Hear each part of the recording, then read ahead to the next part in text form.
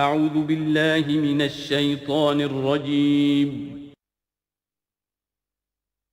بسم اللہ الرحمن الرحیم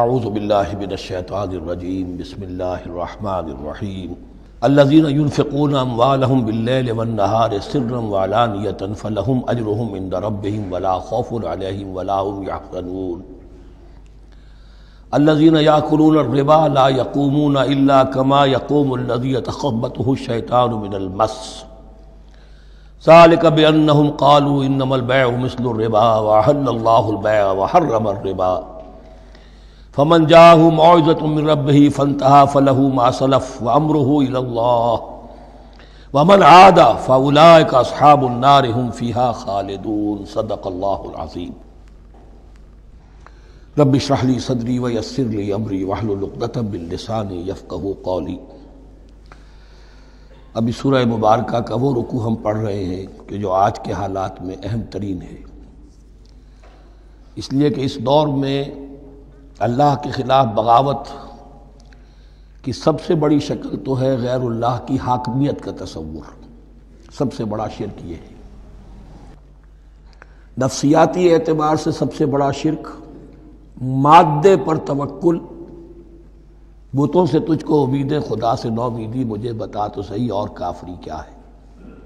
لیکن یہ نفسیاتی اور داخلی بات ہے۔ خارجی اور واقعاتی دنیا میں سب سے بڑا شرک اس وقت وہ غیر اللہ کی حاکمیت، جو اب عوامی شکل اختیار کر گئی، عوامی حاکمیت۔ اور اس کے بعد اس وقت کے گناہوں میں، بدعملی میں سب سے بڑا فساد جو ہے وہ سود کی بنیاد پر ہے۔ سب سے بڑا فتنہ، سب سے بڑا فساد دنیا میں جو اس وقت سب سے بڑی شیطنت ہے، جو یہودیوں کے ذریعے سے پورے گلوب کو اپنی گرفت میں لینے کے لیے بےتاب ہے، وہ یہی ہے جو سود کا ہتھ کنڈا ہے، اس کی حرمت۔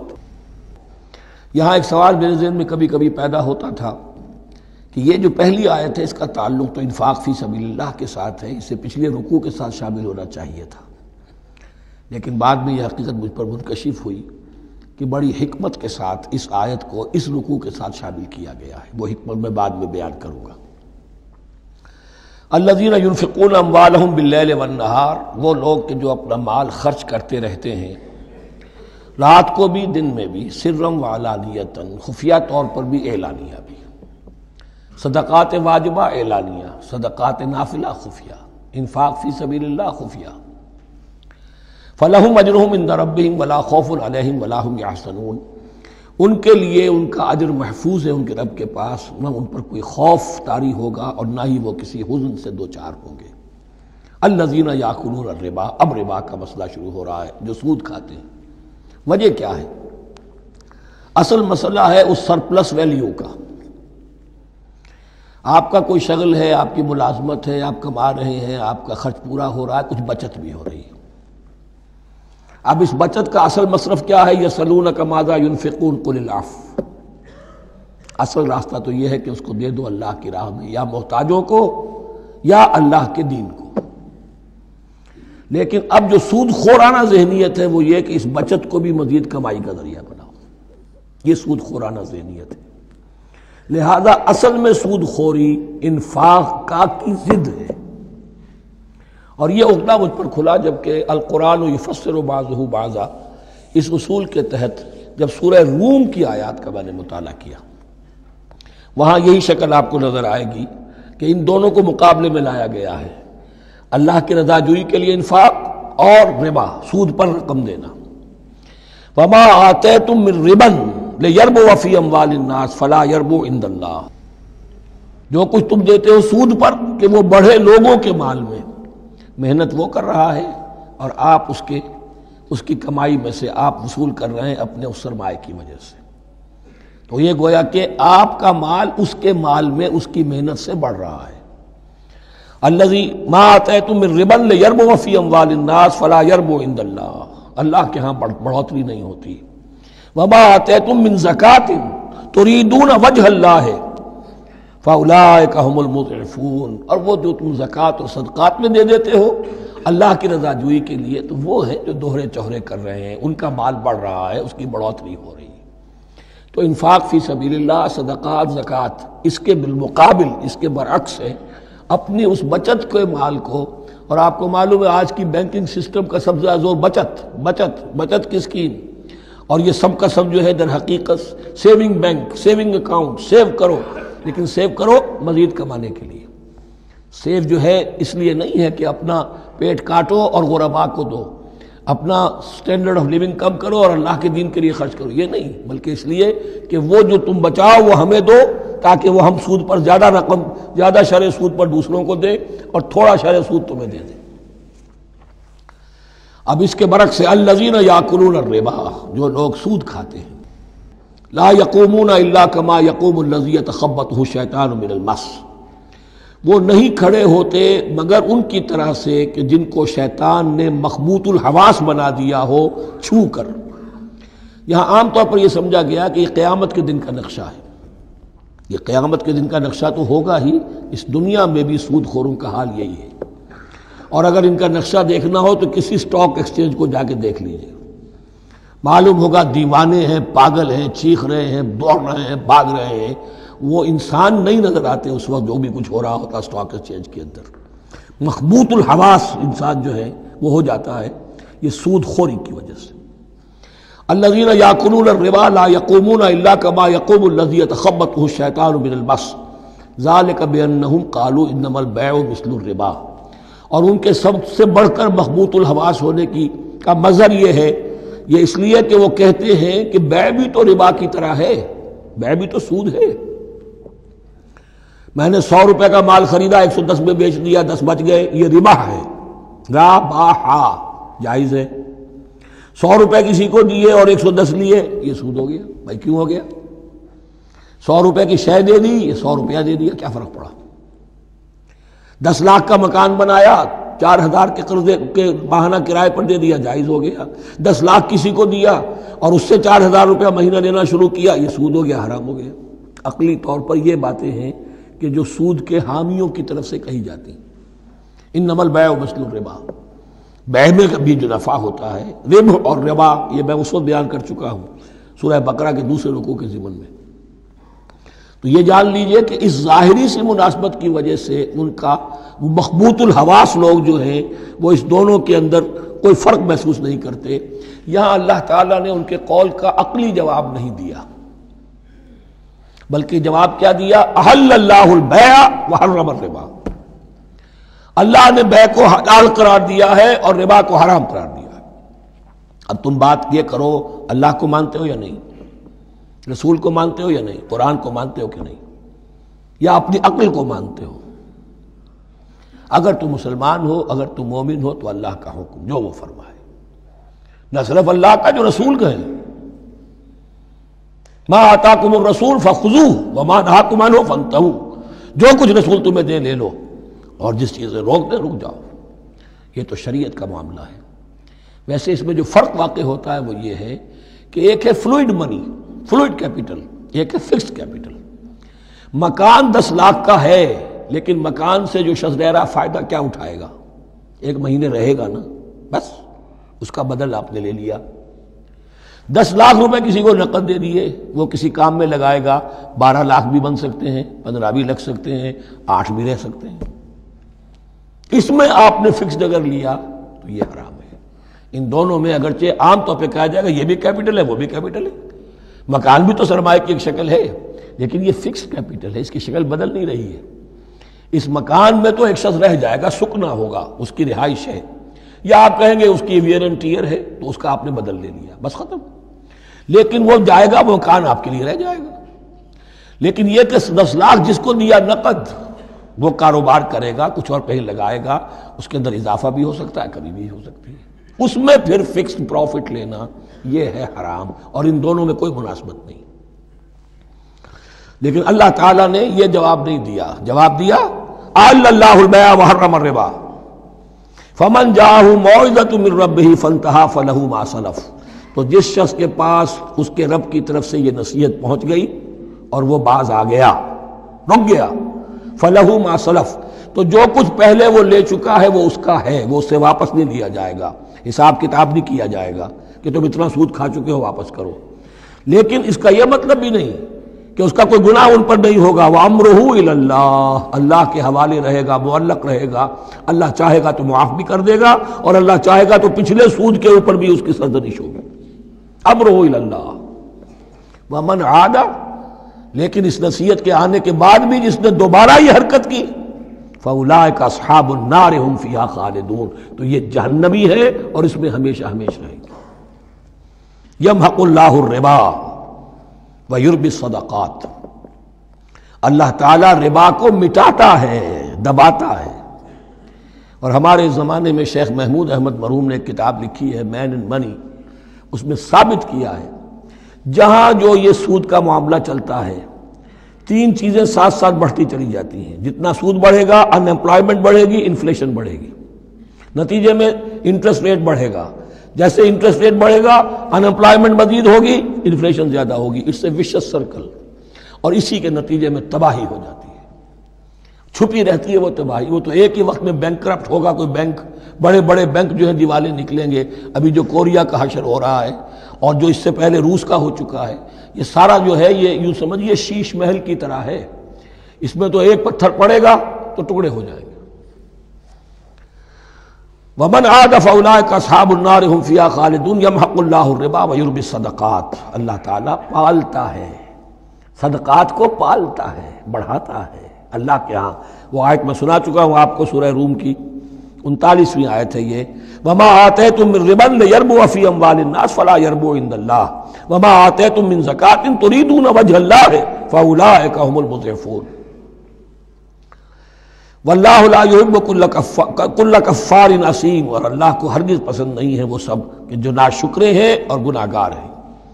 ان الذین آمنوا وعملوا الصالحات واقاموا الصلاة وآتوا الزکاة لهم اجرهم عند ربهم ولا خوف علیہم ولا هم یحزنون، ہاں جو لوگ ایمان لائیں اور نیک عمل کریں، نیک عمل میں ظاہر بات ہے جو شے حرام ہے اس کا چھوڑ دینا بھی لازم ہے، اور نماز قائم رکھیں، زکوٰۃ ادا کریں، ان کے لیے ان کا اجر محفوظ ہے ان کے رب کے پاس، ولا خوف علیہم ولا هم یحزنون۔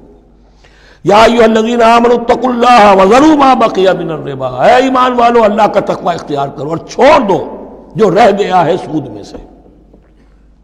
آج فیصلہ کر لو کہ جو بھی کچھ تم نے کسی کو قرض دیا تھا اب اس کا سود چھوڑو۔ یا ایھا الذین آمنوا اتقوا اللہ وذروا ما بقی من الربا ان کنتم مؤمنین، اگر تم مومن ہو، فَإِن لَمْ تَفْعَلُوا، اور اگر تم نے ایسا نہ کیا، باز نہ آئے، فَاعْذَنُوا، تو کان کھول کر سن لو، بِحَرْبٍ مِّنَ اللَّهِ وَرَسُولِهِ، اللہ اور اس کے رسول کی طرف سے اعلان جنگ۔ یہ الٹیمیٹم ہے اگر باز نہیں آتے سود سے۔ دیکھیے کسی اور گناہ پر یہ بات نہیں آئی، اللہ اور اس کے رسول کی طرف سے اعلان جنگ۔ وَإِن تُبْتُمْ فَلَكُمْ رُءُوسُ أَمْوَالِكُمْ، اگر تم توبہ کرو تو تمہارے جو اصل راس المال ہے وہ تمہیں لوٹا دیے جائیں گے۔ سود چھوڑ دو، راس المال واپس لے لو۔ لا تظلمون ولا تظلمون، نہ تم ظلم کرو سود لے کر اور نہ تم پر ظلم کیا جائے کہ تمہارا راس المال بھی دبا دیا جائے۔ لا تظلمون ولا تظلمون۔ وَإِن كَانَ ذُو عُسْرَةٍ، اور اگر تمہارا جو مقروض ہے وہ تنگی میں ہے، وہ تنگ دستی میں ہے، فَنَظِرَةٌ إِلَىٰ مَيْسَرَةٍ، تو انہیں انتظار کرو، پھر اسے مہلت دو کہ اس کی ہاں کشادگی پیدا ہو جائے، آسانی سے وہ آپ کی رقم، آپ کا قرض واپس کر سکے۔ لیکن اس سے بھی آگے وَأَن تَصَدَّقُوا خَيْرٌ لَكُمْ، تم صدقہ ہی کر دو، تمہارا بھائی غریب تھا، اس کو تم نے قرض دیا تھا، کچھ سود لے کر کھا بھی چکے ہو، اب جو ہے سود، اب تو باقی سود کو تو چھوڑا ہی ہے، اگر وہ راس المال بھی بخش دو اس کو، یہ انفاق ہو جائے گا، یہ قرض حسنہ اللہ کو ہو جائے گا، یہ تمہارا جو ہے ذخیرہ آخرت بن جائے گا۔ تو یوں سمجھیے کہ جو بھی جو ہے جس کو سرپلس ویلیو میں نے کہا تھا اسلامی معیشت کے اندر، جو بچت ہے آپ کی، اس بچت کا سب سے اونچا مصرف کیا ہے؟ صدقہ دے دو، انفاق کر دو۔ اس سے کم تر کیا ہے؟ قرض حسنہ، قرض دے دو کسی کو تاکہ وہ اپنی ضرورت چلا لے، اس کا کاروبار رکا ہوا تھا وہ چل پڑے گا اور تمہیں پھر وہ اپنی اصل رقم واپس کر دے گا. یہ قرض حسنہ اس سے کم تر درجہ ہے. تیسرا درجہ ایک اور بھی ہے جو جائز تو ہے مکروہ، پسندیدہ نہیں ہے. تم زیادہ ہی خسیس ہو، چلو مزاربت پر دے دو، اور مزاربت یہ ہے کہ رقم تمہاری کام وہ کرے گا. اگر بچت ہو جائے تو تم بھی لے لینا، اگر نقصان ہو جائے تو کوئی تاوان نہیں لے سکتے اس سے. یہ ہے مزاربت. اس کے بعد اگر تم کہو کہ میں دے رہا ہوں، مجھے اتنے پرسنٹ تو بہرحال تم نے دینا ہی دینا ہے، اس سے بڑھ کر حرام شے کوئی نہیں.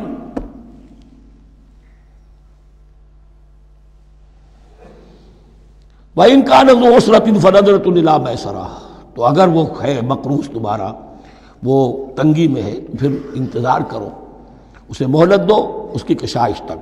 وَأَن تَصَدَّقُوا خَيْرٌ لَكُمْ، اور اگر تم صدقہ ہی کر دو، خیرات کر دو، دے دو، بخش دو، وہ تمہارے لیے بہتر ہوگا. ان کنتم تعلمون، اگر تم جانتے ہو، اگر وہ حکمت تمہارے اندر آ گئی ہے، اگر تم اولو الالباب ہو، اگر تم سمجھدار ہو، تو جو کچھ تمہیں بچت اس سے ہوگی، جو اللہ کے ہاں اجر و ثواب ملے گا، وہ تمہیں یہ رقم واپس لے کر جو ہے اس سے کیا مل جائے گا. وَاتَّقُوا يَوْمًا تُرْجَعُونَ فِيهِ إِلَى اللَّهِ، یہ آیت آخری آیت ہے قرآن کی نزول کے اعتبار سے. آیت ڈرو اس دن سے. تو دیکھیے وہی آیت یاد کیجئے، وَاتَّقُوا يَوْمًا لَا تَجْزِي نَفْسٌ عَن نَفْسٍ شَيْئًا وَلَا يُقْبَلُ مِنْهَا شَفَاعَةٌ وَلَا يُؤْخَذُ مِنْهَا عَدْلٌ وَلَا هُمْ يُنصَرُونَ.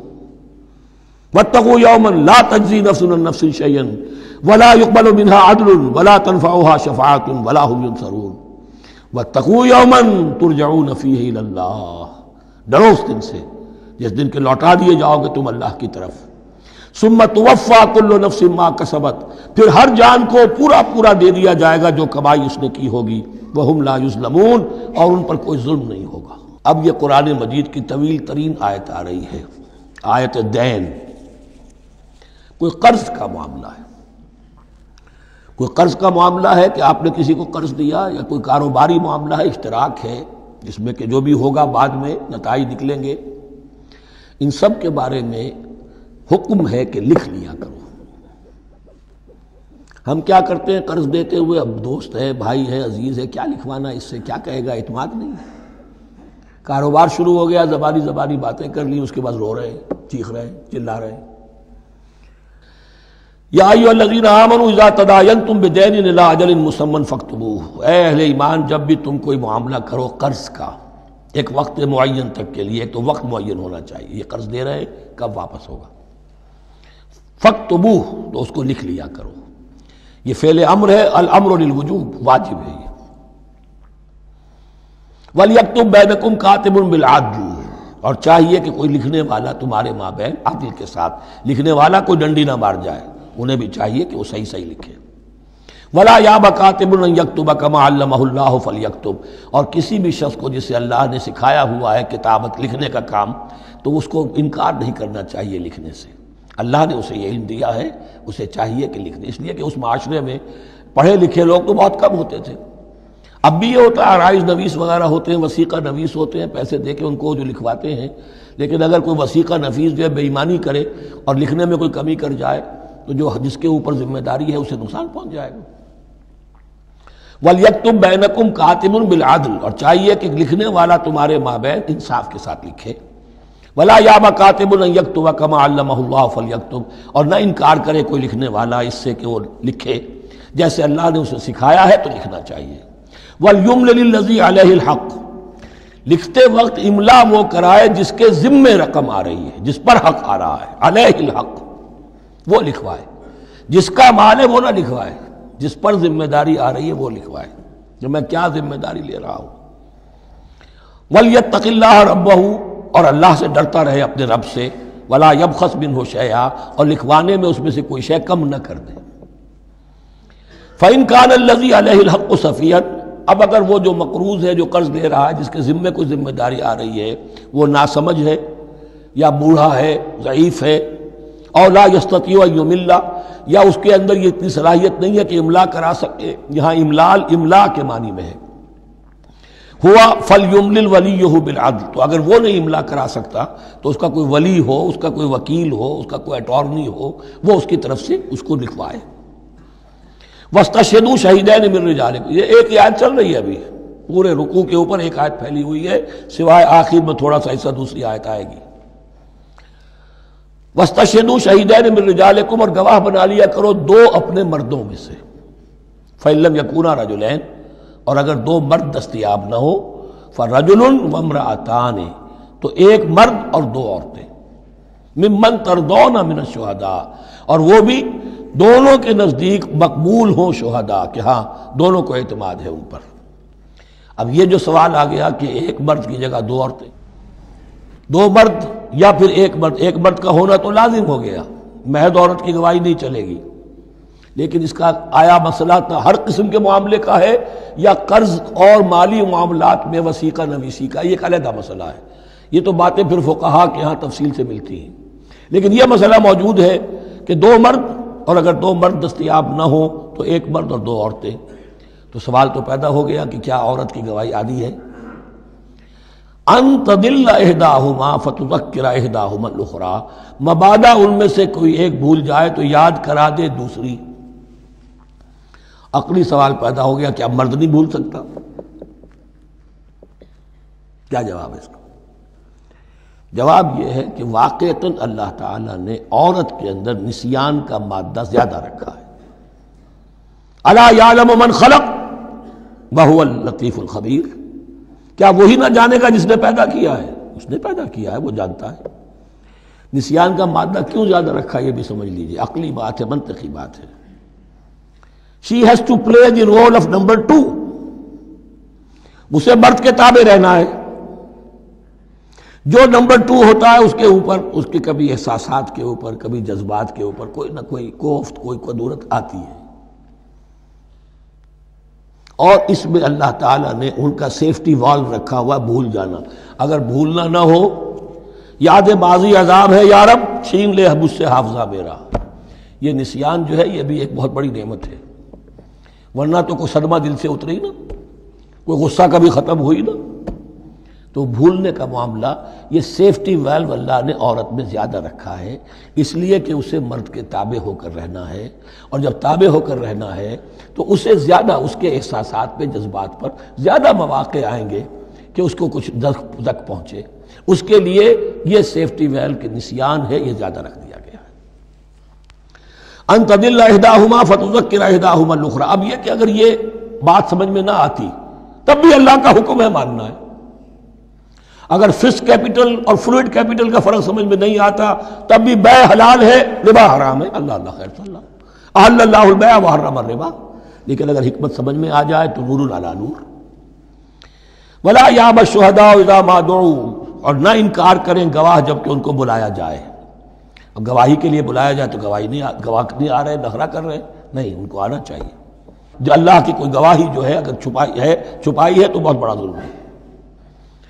ولا تسأموا، اور اس سے تھکو مت، کسل مت کرو، سستی مت کرو، ان تکتبوہ، کہ تم لکھو اسے، صغیراً اور کبیراً، چاہے چھوٹا معاملہ ہو چاہے بڑا ہو، الی اجلہ، وقت معین کے لیے، اتنا قرض دے رہا ہوں، اتنے وقت میں آپ نے مجھے لوٹانا ہے، اس کے بعد آپ بڑھا سکتے ہیں، آپ دیکھ سکتے ہیں، اسے مزید مہلت دے سکتے ہیں، ایسے ہی حالات ہیں تو آپ معاف بھی کر سکتے ہیں، لیکن یہ کہ جب لکھنا ہے، حکم دیا جا رہا ہے تو اس میں اجل معین ہو، الی اجلہ، اور اس میں چھوٹے بڑے کی تفریق نہ کرو، چاہے چھوٹا مسئلہ بڑا لکھ لو، ذالکم اقسط عند اللہ، یہ اللہ کے نزدیک بھی زیادہ مبنی بر انصاف ہے، واقوم للشہادہ، اور گواہی کے لیے زیادہ قوی ہوگا اور زیادہ درست ہوگا، لکھی ہوئی شے ہوگی تو اب معاملہ جو ہے بہت واضح رہے گا، ورنہ زبانی یادداشت کے اندر کہیں کہیں جو ہے تعبیر ہی میں فرق ہو جاتا۔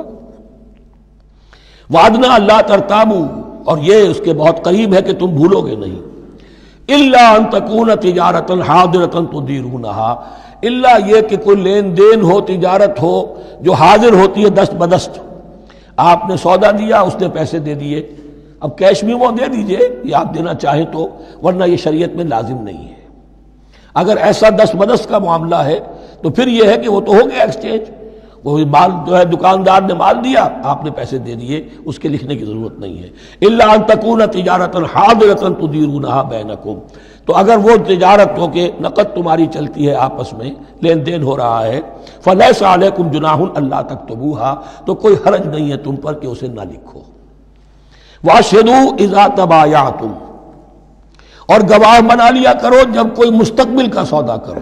یہ بیع سلم جو ہوتی ہے یہ مستقبل کا سودا ہے، قرض کا سودا ہے۔ بیع سلم بھی ایک طرح کا قرض ہے۔ آج آپ طے کرتے ہیں کسی شخص سے، کسی کاشتکار سے، زمیندار سے کہ اگلا موسم جو آئے گا فصل کا، گیہوں کی فصل کا، تو اتنے روپے من کے حساب سے 500 من گندم میں آپ سے لوں گا۔ یہ بیع سلم کہلاتی ہے، اور اس میں لازم ہے کہ پوری قیمت ابھی ادا کر دیں۔ لیکن اس میں بھی کہ اس وقت آپ کو اتنی گندم دینی ہے، اس کو لکھوا لو اور اس پر 2 گواہ بنا لو۔ واشهدوا اذا تبایعتم ولا يضار كاتب ولا شہید، اور نہ نقصان پہنچایا جائے کسی لکھنے والے کو یا گواہ کو، اور نہ نقصان پہنچائے کوئی لکھنے والا یا گواہ۔ یہ ضارہ دونوں کے لیے آ جائے گا، یہ معروف بھی ہے اور مجور بھی ہے۔ نہ ضرر پہنچایا جائے اور نہ ضرر پہنچائے، نہ کوئی کاتب اور نہ کوئی شہید گواہ۔ وَإِن تَفْعَلُوا، اگر تم ایسا کرو گے، نقصان پہنچاؤ گے، فَإِنَّهُ فُسُوقٌ بِكُمْ، تو یہ تمہارے لیے بہت بڑے گناہ کی بات ہوگی۔ وَاتَّقُوا اللَّهَ، اللہ سے ڈرو، وَيُعَلِّمُكُمُ اللَّهُ، اللہ تمہیں تعلیم دے رہا ہے، وَاللَّهُ بِكُلِّ شَيْءٍ عَلِيمٌ، اللہ ہر چیز کا علم رکھنے والا ہے۔ یہ ایک آیت ہوئی ہے، آخری پارے کی میرا غالب 4 5 6 صورتیں جمع کر لیں تو جا کر یہ ایک آیت کا حجم برابر ہوگا۔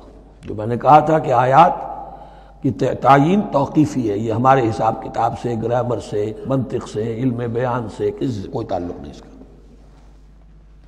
وَإِن كُنتُمْ عَلَىٰ سَفَرٍ، اور اگر تم سفر پر ہو، وَلَمْ تَجِدُوا كَاتِبًا، اب وہاں کوئی لین دین کا معاملہ ہو گیا، قرض کا ہو گیا، کاتب کوئی ہے نہیں، فَرِحَانٌ مَقْبُوضَةٌ، تو کوئی گروی شے رکھ لو قبضے میں،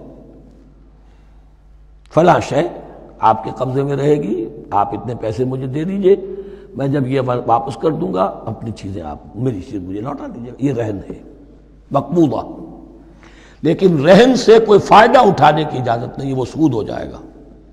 اگر مکان رہن رکھا گیا ہے، قبضہ تو ہوگا اس کا، لیکن یہ کہ وہ اس کا کرایہ نہیں لے سکتا، کرایہ مالک کو جائے گا، اس سے کوئی استفادہ نہیں کر سکتا اس مال سے۔ رہان مقبوضہ۔ فَإِنْ أَمِنَ بَعْضُكُمْ بَعْضًا، پھر اگر کوئی شخص اب اطمینان کرتا ہے اور اعتبار کرتا ہے تم میں سے بعض کسی بعض کا، فَلْيُؤَدِّ الَّذِي اؤْتُمِنَ أَمَانَتَهُ، تو اب چاہیے اس شخص کو کہ جس کے اوپر یہ امانت آئی ہے، اگرچہ اس کے پاس رہن دینے کو کچھ نہیں تھا، یا یہ کہ دوسرے بھائی نے اس پر اعتماد کیا اور اس کی وجہ سے کوئی شے رہن نہیں لی، تو اب اس سے کوئی غلط فائدہ نہ اٹھائے، وہ گویا کہ اس کے پاس جو اس نے قرض لیا امانت ہے، اس کے پاس وہ امین بنایا گیا ہے۔ فَلْيُؤَدِّ الَّذِي اؤْتُمِنَ أَمَانَتَهُ، کہ اپنی امانت واپس لوٹائے، وَلْيَتَّقِ اللَّهَ رَبَّهُ، اور ڈرے اللہ سے جو اس کا رب ہے۔ وَلَا تَكْتُمُوا الشَّهَادَةَ، اور دیکھو گواہی کو چھپایا نہ کرو، وَمَن يَكْتُمْهَا فَإِنَّهُ آثِمٌ قَلْبُهُ، اور جو کوئی گواہی کو چھپائے گا تو اس کا دل گناہ میں مبتلا ہو جائے گا، دل داغدار ہو گیا تو رہ کیا گیا۔ وَاللَّهُ بِمَا تَعْمَلُونَ عَلِيمٌ، اور جو کچھ تم کر رہے ہو اللہ اسے جانتا ہے۔ اللہ کے فضل و کرم سے آخری رکوع پر ہم پہنچ گئے، اور یہ بڑا ایک یوں سمجھئے 3 آیتوں پر مشتمل رکوع ہے، جیسے کہ وہ رکوع جو ہم نے پڑھا تھا جس میں آیت الکرسی ہے 4 آیتیں ہیں وہ، اور یوں کہا جا سکتا ہے کہ یہ 2 رکوع ایک دوسرے کے بالکل بالمقابل ہیں اپنی عظمت میں اور مقام میں۔ آیت الکرسی کی جگہ یہاں ایک دعا کی آیت ہے، جامع ترین دعا جو آئے گی آخری آیت میں، للہ ما فی السماوات و ما فی الارض۔ اکثر و بیشتر آپ دیکھیں گے سورتوں کے اختتام پر یہ الفاظ پھر آتے ہیں، اللہ ہی کا ہے جو کچھ بھی ہے آسمانوں اور زمین میں۔ وَإِن تُبْدُوا مَا فِي أَنفُسِكُمْ أَوْ تُخْفُوهُ، اور جو کچھ تمہارے دلوں میں ہے خواہ تم اسے ظاہر کرو خواہ چھپاؤ، يُحَاسِبْكُم بِهِ اللَّهُ، اللہ تم سے محاسبہ کر لے گا، تمہاری نیتیں اس کے علم میں ہیں۔ ان اللہ لا ينظر الى صوركم ولا الى اموالكم ولكن ينظر الى قلوبكم واعمالكم، اللہ تمہاری صورتوں کو نہیں دیکھتا، تمہارے مال و دولت کو نہیں دیکھتا، تمہارے دل کو دیکھتا ہے۔ تمہارے اعمال کو دیکھتا ہے۔ تو دل میں جو کچھ ہے خواہ کتنا ہی چھپا لو، اللہ کے محاسبے سے نہیں بچو گے۔ فَيَغْفِرُ لِمَن يَشَاءُ وَيُعَذِّبُ مَن يَشَاءُ، پھر وہ بخش دے گا جس کو چاہے گا اور عذاب دے گا جس کو چاہے گا۔ اختیار مطلق اللہ کے ہاتھ میں ہے۔ ہمارے ہاں اہل سنت کا عقیدہ یہی ہے، اللہ پر لازم نہیں ہے کہ وہ نیکوکار کو اس کا جزا ضرور دے اور بدکار کو اس کی سزا ضرور دے۔ اللہ کرے گا ایسا، یہ دوسری بات ہے، لیکن اللہ کی شان اس سے بہت اعلیٰ اور عرفہ ہے کہ اس پر کسی شے کو لازم قرار دیا جائے۔ اس کا اختیار مطلق ہے، مطلق۔ یفعل اللہ ما یرید، یفعل اللہ ما یشاء۔ اہل تشیع کا کہنا یہ ہے کہ اللہ پر عدل واجب ہے۔ اہل سنت کہتے ہیں اللہ عدل کرے گا، جزا و سزا میں عدل ہوگا، یہ ہم مانتے ہیں، واقعہ ہے، لیکن ہم یہ نہیں کہتے کہ اللہ پر عدل واجب ہے۔ اللہ پر کوئی شے واجب نہیں، بلکہ اللہ نے تو کتب علی نفسہ الرحمہ، اپنے اوپر واجب کیا ہے رحمت کو۔ وجوب کا لفظ جو آتا ہے اللہ پر تو وہ تو رحمت کا ہے، کتب علی نفسہ الرحمہ، اللہ نے اپنی ذات کے اوپر واجب کر لیا رحمت کو۔ واللہ علی کل شیء قدیر، اور اللہ ہر چیز کی قدرت رکھتا ہے۔ آمن الرسول بما انزل الیہ من ربہ والمؤمنون، ایمان لائے رسول صلی اللہ علیہ وسلم اس چیز پر کہ جو نازل کی گئی ان کی جانب ان کے رب کی طرف سے۔ غور طلب بات ہے، یہ بڑا باریک نکتہ ہے۔ نبی پر جب وحی آئی ہے کیسے پہچان لیا کہ یہ بدروح نہیں ہے، یہ جبرائیل ہے؟ آخر کوئی اشتباہ بھی تو ہو سکتا تھا، پہلا تجربہ تھا۔ اس سے پہلے نہ آپ نے کہانت سیکھی، نہ آپ نے کوئی اور اس طرح کی نفسیاتی ایکسرسائزز کی۔ آپ تو کاروباری آدمی تھے، ایک بہت ہی بھرپور زندگی گزار رہے ہیں، اہل و عیال والے ہیں، کاروبار کر رہے ہیں، ہائی ایسٹ لیول کا کاروبار ہے۔ تو فطرت جو ہے وہ پہچانتی ہے، نبی کی فطرت وہ اتنی پاک اور صاف ہوتی ہے کہ اس کے اوپر کوئی بدروح کا کوئی اثر ہو ہی نہیں سکتا۔ بہرحال ہمارے لیے بڑی تسکین کی بات ہے کہ اللہ تعالیٰ نے رسول کے ایمان کے تذکرے کے ساتھ ہمارے ایمان کا تذکرہ کیا۔ آمن الرسول بما انزل الیہ من ربہ والمؤمنون، ایمان لائے رسول صلی اللہ علیہ وسلم اس چیز پر جو نازل کی گئی ان کی جانب ان کے رب کی طرف سے، اور ایمان لائے صاحب ایمان۔ اللہم ربنا اجعلنا منہم، اللہم ربنا اجعلنا منہم۔ کل آمن باللہ وملائکتہ وکتبہ ورسلہ، یہ دوسرا مقام ہے سورہ بقرہ کے اندر جس میں ایمان کے جو اجزاء ہیں ان کو گنا گیا ہے۔ کچھ یاد ہے آیت البر، لیس البر ان تولوا وجوہکم قبل المشرق والمغرب ولکن البر من آمن باللہ والیوم الآخر والملائکۃ والکتاب والنبیین۔ یہاں بھی اسی طرح ہے، کل آمن باللہ وملائکتہ وکتبہ ورسلہ لا نفرق بین احد من رسلہ۔ اور یہ تیسری مرتبہ بات آ گئی ہے کہ رسولوں کے درمیان کوئی تفریق نہیں کی جائے گی۔ کہاں؟ پہلے تو آیا تھا 16ویں رکوع میں، لا نفرق بین احد منہم ونحن له مسلمون، اور اس سے بھی پہلے آیا تھا والذین یؤمنون بما انزل الیک وما انزل من قبلک، وہ لوگ جو ایمان رکھتے ہیں اس پر بھی جو ہے نبی آپ پر نازل کیا گیا اور اس پر بھی جو آپ سے پہلے نازل کیا گیا۔ لا نفرق بین احد من رسلہ، ہم اس کے رسولوں میں سے کسی کے مابین کوئی تفریق نہیں کرتے۔ تفضیل اسی صورت میں ثابت ہے، تلک الرسل فضلنا بعضهم علی بعض منهم من کلم اللہ ورفع بعضهم درجات وقالوا سمعنا واطعنا، وہی بات کہ جو کہی گئی تھی جب ان سے کہا گیا تھا واسمعوا، کیا کہا تھا انہوں نے؟ سمعنا وعصینا، سمعنا واطعنا، وہ کہتے ہیں ہم نے سنا اور مانا۔ غفرانک ربنا، ہماری درخواست ہے پروردگار، تیری بخشش مانگتے ہیں۔ غفرانک، نون پر زبر ہے، مفعول ہے، نسألک غفرانک، اے اللہ ہم تجھ سے سوالی ہیں، تجھ سے طلب کرتے ہیں، درخواست کرتے ہیں تیری مغفرت کا۔ وإلیک المصیر، اور تیری ہی جانب لوٹ جانا ہے۔ یہاں پر وہ ایمان بالآخرہ بھی آ گیا جو یہاں اوپر نہیں آسان، آمن باللہ وملائکتہ وکتبہ ورسلہ، پھر رسولوں کے ضمن میں لا نفرق بین احد من رسلہ، لیکن اس کے بعد وإلیک المصیر، مغفرت اور اللہ کی طرف ہی لوٹ جانا ہے ہمارا، اس میں ایمان بالآخرہ آ گیا۔ اب آخری آیت، لا یکلف اللہ نفسا الا وسعها، اللہ تعالیٰ نہیں ذمہ دار ٹھہرائے گا کسی جان کو مگر اس کی وسعت کے مطابق۔ یہ بہت بڑے فضل و کرم والی آیت ہے، جیسے میں نے کہا تھا میگنا کارٹا جو ہے انسانی حقوق کا، کہ اجیب دعوت الداع اذا دعان، جہاں بھی مجھے کوئی پکارے، جب پکارے میں اس کی پکار سنتا ہوں، قبول کرتا ہوں۔ ہاں فَلْيُؤْمِنُوا بِي فَلْيَسْتَجِيبُوا لِي، انہیں بھی چاہیے کہ میرا کہنا مانے، دو طرفہ بات چلے گی، یک طرفہ نہیں۔ میری مانو، اپنی منواؤ، تم دعائیں کرو گے ہم قبول کریں گے، تم ہماری بات نہیں مانتے پھر تمہاری دعا تمہارے منہ پر دے ماری جائے گی۔ کرتے رہو قنوت نازلہ 40 دن کے 80 دن پڑھتے رہو، ڈھاکہ تو بیٹھ ہی جائے گا، بیٹھ گئے۔ یہودیوں سے شکست تو ہو ہی جائے گی، ہو گئی۔ کرتے رہو، حرمین میں پڑھتے رہو قنوت نازلہ، مکے میں پڑھو، مدینے میں پڑھو، پوری دنیا میں پڑھو۔ اللہ کو پیٹھ دکھائی ہوئی ہے، اس کے دین کو پاؤں تلے روندا ہوا ہے، اللہ کے باغیوں سے دوستی ہے، کسی نے قبلہ ماسکو کو بنایا تھا اور کسی نے واشنگٹن کو بنایا تھا، تمہاری دعائیں کیسے قبول ہوں؟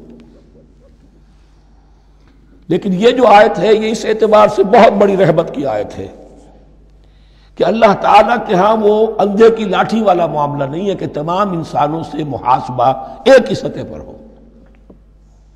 اللہ جانتا ہے کس کی کتنی وسعت ہے، اور وسعت کن چیزوں سے بنتی ہے۔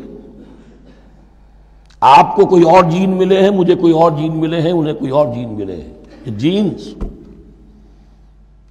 ان جینز کی اپنی اپنی خصوصیات ہیں، خصائص ہیں، پراپرٹیز ہیں، لیمیٹیشنز ہیں۔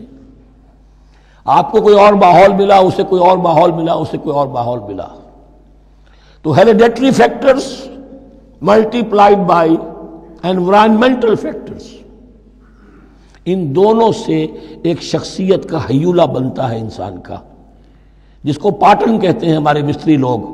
جب لوہے کا کوئی شے جو ہے ڈھالنی ہے تو اس کے لیے پہلے مٹی کا یا لکڑی کا ایک پیٹرن بناتے ہیں، انگریزی میں پیٹرن ہے، وہ پیٹرن کہتے ہیں ہمارے مستری لوگ۔ اب آپ لوہا جو ہے اس کو جب اسے کر لیں گے، مائع بنا لیں گے، گلا لیں گے، پھر اس میں ڈالیں گے، وہی شکل ہو جائے گی۔ یہ شاکلہ ہے ہر انسان کا جو بن جاتا ہے۔ قُلْ كُلٌّ يَعْمَلُ عَلَى شَاكِلَتِهِ فَرَبُّكُمْ أَعْلَمُ بِمَنْ هُوَ أَهْدَىٰ سَبِيلًا۔ اس شاکلہ کے اندر اندر آپ کو محنت کرنی ہے۔ اللہ جانتا ہے کس کا شاکلہ وسیع تھا، کس کا شاکلہ تنگ تھا، کس کے جینز اعلیٰ تھے، کس کے جینز ادنا تھے، کس کے ہاں ذہانت زیادہ تھی، کس کے ہاں جسمانی قوت زیادہ تھی۔ جو بھی کچھ اس نے دیا ہے، جس کو وہاں ہم نے رکھا اس کو وہاں رکھا، اس نے وہاں تعلیم پائی، اس نے یہاں تعلیم پائی، جو بھی انوائرمنٹل فیکٹرز آئے ہیں، جو بھی جینیٹک فیکٹرز آئے ہیں، سب اللہ کے علم میں ہے۔ ان سب کو ملحوظ رکھ کے اللہ حساب لے گا۔ جو شاکلہ ہم نے تمہیں دیا تھا اس میں تم نے کیا کیا؟ ایک شخص کے اندر فرض کیجئے استعداد ہی ہے 20 درجے کی استعداد ہے، اس نے فرض کیجئے 18 درجے کام کر دیا، کامیاب ہو گیا۔ کسی میں استعداد 100 درجے کی تھی، اس نے 50 درجے کیا، ناکام ہو گیا۔ حالانکہ کمیت کے اعتبار سے 50 درجے زیادہ ہے 18 درجے سے، لیکن یہ 18 درجے کا کام وہ کر رہا ہے جس کے اندر استطاعت تھی ہی 20 کی، یا 18 ہی کی تھی، اس نے پوری کر دی۔ اور 50 درجے والا وہ جس کو اللہ نے دے رکھی تھی 1000 کی استطاعت، اس کا وہ 50 بیکار ہو گیا۔ تو اللہ تعالیٰ کا محاسبہ جو ہے انڈیویجول ہے، اس لیے فرمایا گیا کلہم آتی ہے یوم القیامت فردا، ان میں سب لوگ اس دن قیامت کے دن سب آئیں گے اکیلے اکیلے، تنہا تنہا، ہر ایک کا حساب ہوگا وہاں، اور ہر ایک کا حساب ہوگا لا یکلف اللہ نفسا الا وسعها، اللہ ذمہ دار نہیں ٹھہرائے گا کسی بھی جان کو مگر اس کی وسعت کے مطابق۔ البتہ اس کا اب ایک ریورس ہے۔ ہوتا کیا ہے، ہم سمجھتے ہیں دنیا میں تو بھاگ دوڑ کر رہے ہیں، اور دین اجی ہمارے اندر تو استطاعت دین کے کام کی صلاحیت ہی نہیں ہے۔ دنیا میں دیکھیں بڑے کامیاب، تیزی کے ساتھ دوڑ رہے ہیں، کامیاب پر کامیاب. دین ہمارے اندر تو استطاعت نہیں ہے، استعداد ہی نہیں ہے، کیا کریں؟ یہ دھوکہ ہے، سیلف ڈسپشن ہے. استعداد اور استطاعت کے بغیر اور صلاحیت اور ذہانت کے بغیر دنیا میں بھی آپ کما نہیں سکتے، محنت نہیں کر سکتے، کوئی نتائج حاصل نہیں کر سکتے. یہ دھوکہ اپنے آپ کو نہ دیجیے. یہ ہے جو کچھ کر سکتے ہو کیجیے، کھودیے اپنی شخصیت کو، کھود کھود کر جو نکال سکتے ہو نکال دیجیے. ہاں آپ نکال سکیں گے اتنا ہی جتنا آپ کے اندر ودیت ہے، زیادہ کہاں سے لے آئیں گے؟ اور اللہ نے کس میں کیا ودیت کیا ہے وہ جانتا ہے. اس کا حساب لینا جو ہے، محاسبہ، وہ اس پر ہے کہ جو اس نے تمہیں دیا ہے. لا، اور یہ مضمون قرآن مجید میں 5 مرتبہ آیا ہے بہت اہمیت کے ساتھ.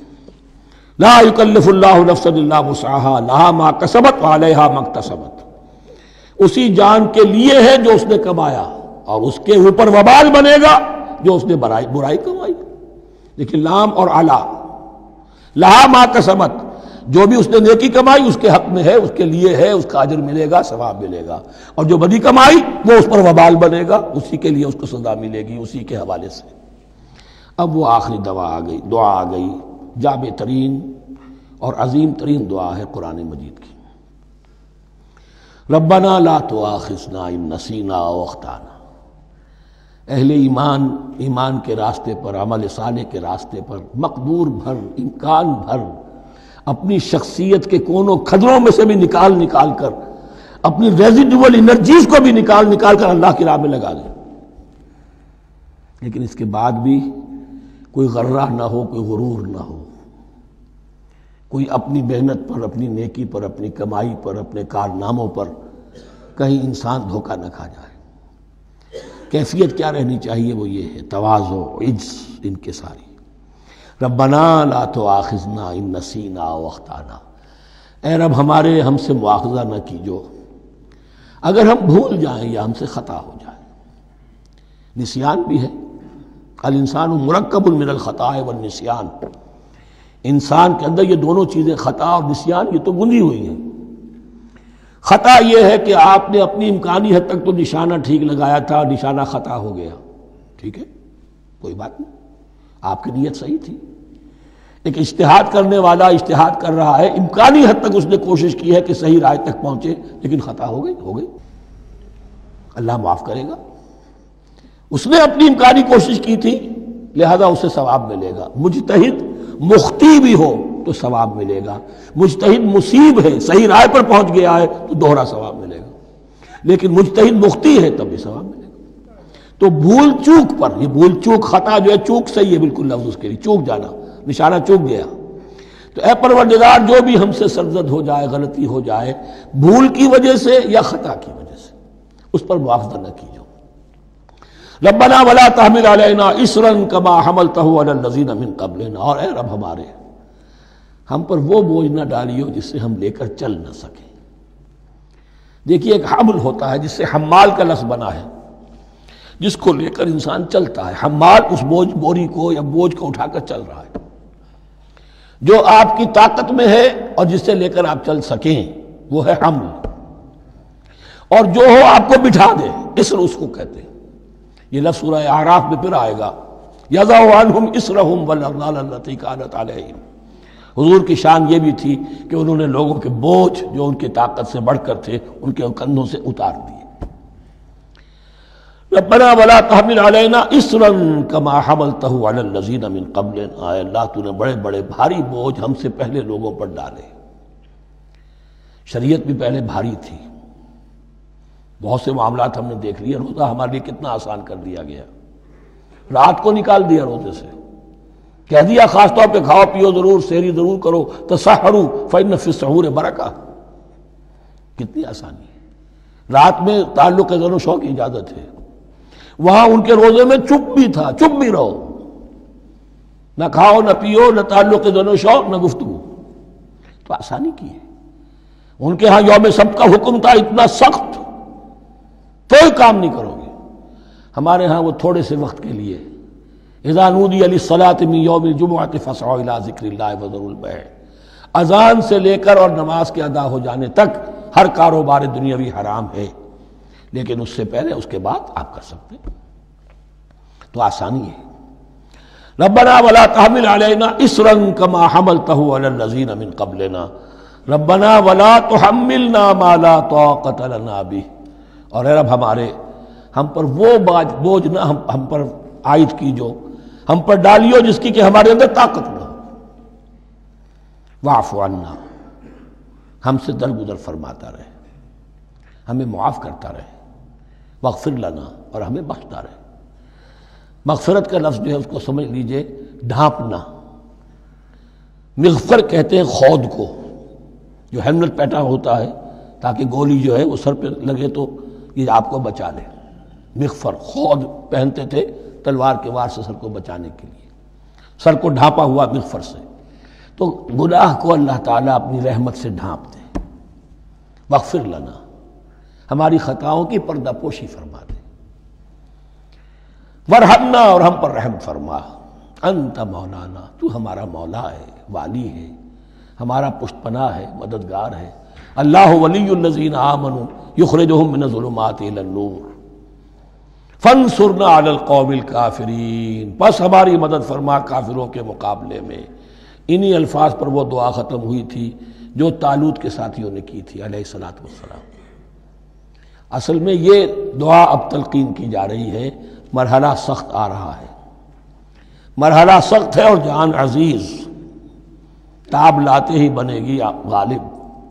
اب وہ مرحلہ آ رہا ہے، اس کے لیے تیار ہو جاؤ۔ یہ سارا حصہ جو ہے در حقیقت یہ تمہید ہے غزوہ بدر کی۔ بارک اللہ لی ولکم فی القرآن العظیم ونفعنی وإیاکم بالآیات والذکر الحکیم۔